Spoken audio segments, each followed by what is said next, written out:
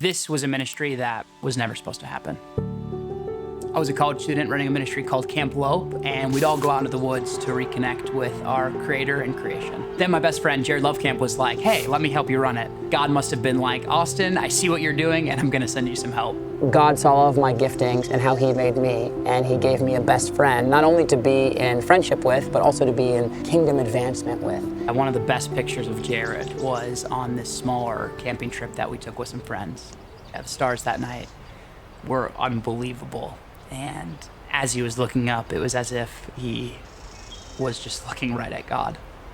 On the camping trip, the morning after the photo was taken, Jared had a seizure. A helicopter had to come airlift him out, and for the next 4 days, Jared was on life support. Yeah, while Jared was in the hospital, 2,000 of my classmates went out to a field to pray for him. I stood up in front of everyone and said, God is gonna heal Jared, with all the faith that I had.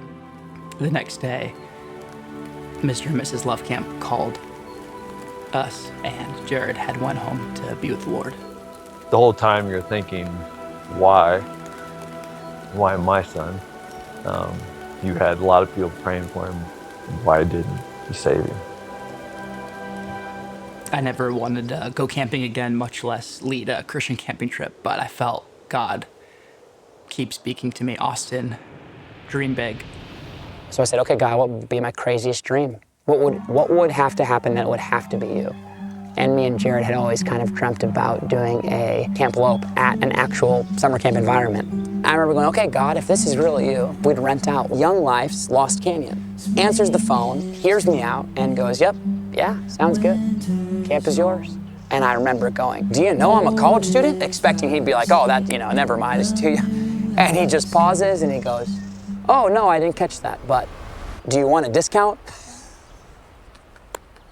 So at that point, you just kind of go, all right, this is just... And so Kamp became Kamp Love, with a K. In that moment, I made the decision to live.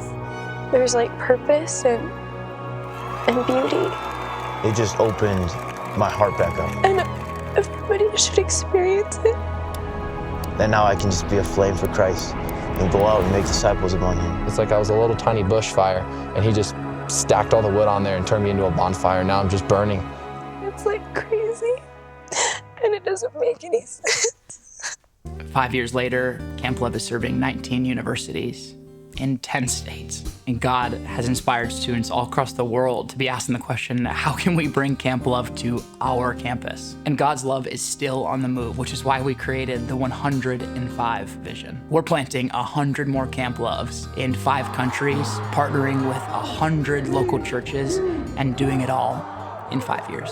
And we cannot do this alone, which is why we're inviting you and people across the world to join us on Kamp Love's mission, to see the lost saved, to see the saved discipled, and to see on earth as it is in heaven come to fruition. Let's go camping.